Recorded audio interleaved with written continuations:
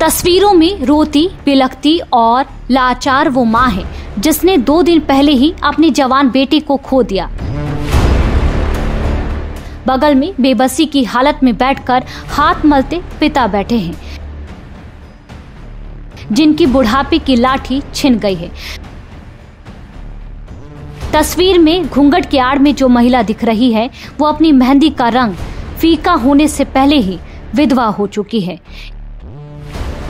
इन तस्वीरों में मायूसी है और बेबसी भी। ये परिवार यूपी के बहराइच में हुई हिंसा में जान गंवा देने वाले गोपाल मिश्र का है। इस परिवार की अब एक ही आस बची है और वो आस न्याय की है। और उस न्याय की आस की दरखास्त लिए ये पीड़ित परिवार मुख्यमंत्री योगी आदित्यनाथ के पास पहुंचा था।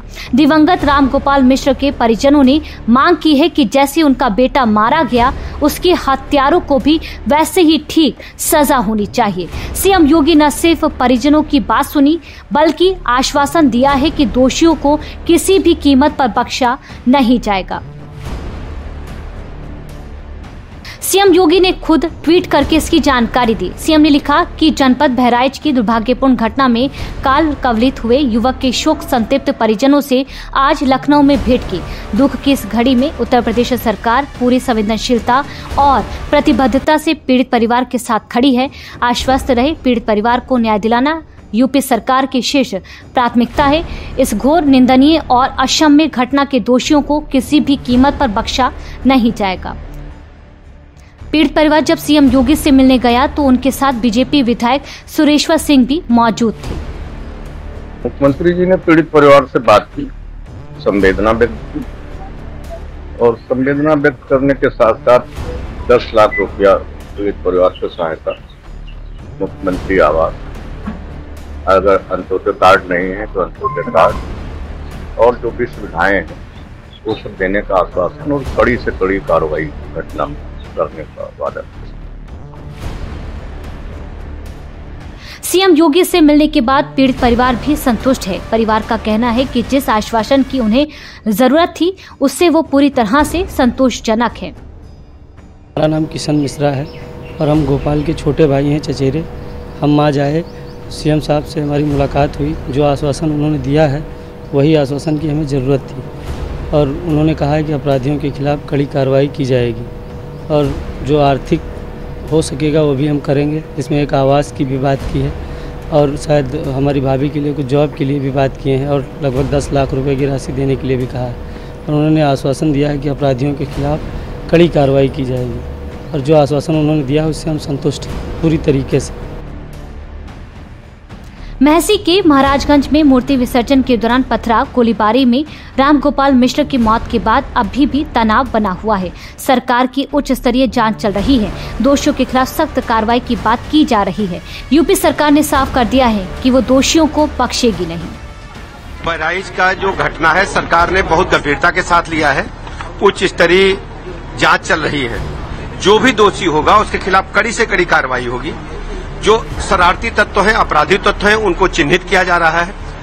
कहीं कोई खलंत्र तो नहीं है, उस पहलू की जांच की जा रही है। जो लापरवाही पुलिस ऑफिसर्स द्वारा बरती गई है उसकी भी जांच हो रही है। जो भी दोषी होगा किसी को बख्शा नहीं जाएगा, कड़ी कार्रवाई होगी। और जो पीड़ित पक्ष है, पीड़ित परिवार है, हमारी सरकार उनके साथ खड़ी है।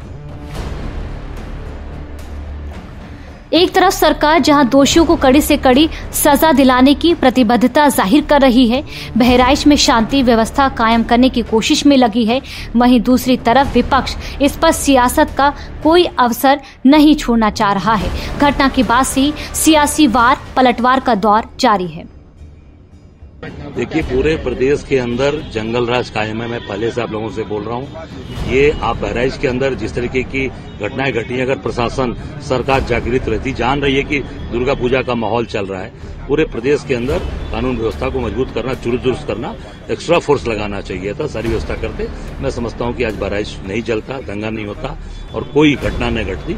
ये पूरी तरीके से सरकार की फेलवर है और जंगल राज का जुलूस हो, चाहे वो मंदिर की तरफ से निकल रहा हो, चाहे मस्जिद की तरफ से निकल रहा हो, सभी जाति धर्म के लोगों में कुछ असामाजिक तत्व होते हैं जो माहौल को बिगाड़ने की कोशिश करते हैं। तो इस तरह के लोगों पे सरकार बहुत संवेदनशील है और ध्यान रख के बिल्कुल स्पेसिफिकली कौन है वो असामाजिक तत्व, उसकी जांच करके उसके खिलाफ सख्त कानूनी कार्रवाई की जाएगी। और जो लोग माहौल को खराब करने की कोशिश करते हैं, माहौल को खराब नहीं करने दिया जाएगा। बहराइच में रविवार की रात मां दुर्गा के मूर्ति विसर्जन के दौरान हुई हिंसा में गोपाल मिश्र नाम के युवक की अराजक तत्वों के द्वारा हत्या कर दी गई थी, जिसके बाद बहराइच में हिंसा भड़क गई थी, जिसके बाद प्रशासन दिन रात बहराइच में गश्त कर रही है। हरदी और महसी के 20 किलोमीटर क्षेत्र में पुलिस ने गश्त बढ़ा दी है। प्रभावित इलाकों में आधार कार्ड देखकर ही एंट्री दी जा रही है। इलाके में आरएएफ, पीएससी और स्थानीय पुलिस तैनात है। जिन घरों में तोड़फोड़ की गई है उन्हें चिन्हित किया जा रहा है। अफवाहों को रोकने के लिए जिले में 16 अक्टूबर तक इंटरनेट बंद है। वीडियो फुटेज के आधार पर पुलिस ने आगजनी करने वालों की पहचान शुरू कर दी है। ADG law and order Amitabh Yash समेत सीनियर पुलिस ऑफिसर अभी बहराइच में है। बहराइच अभी भी हिंसा की आग में झुलस रहा है। फिलहाल सरकार और प्रशासन बहराइच में स्थिति को नियंत्रित करने में जुटा है। बहराइच हिंसा में अब तक 30 लोगों की गिरफ्तारी कर उन्हें जेल भेजा जा चुका है। वीडियो के आधार पर बाकी उपद्रवियों की पहचान भी की जा रही है।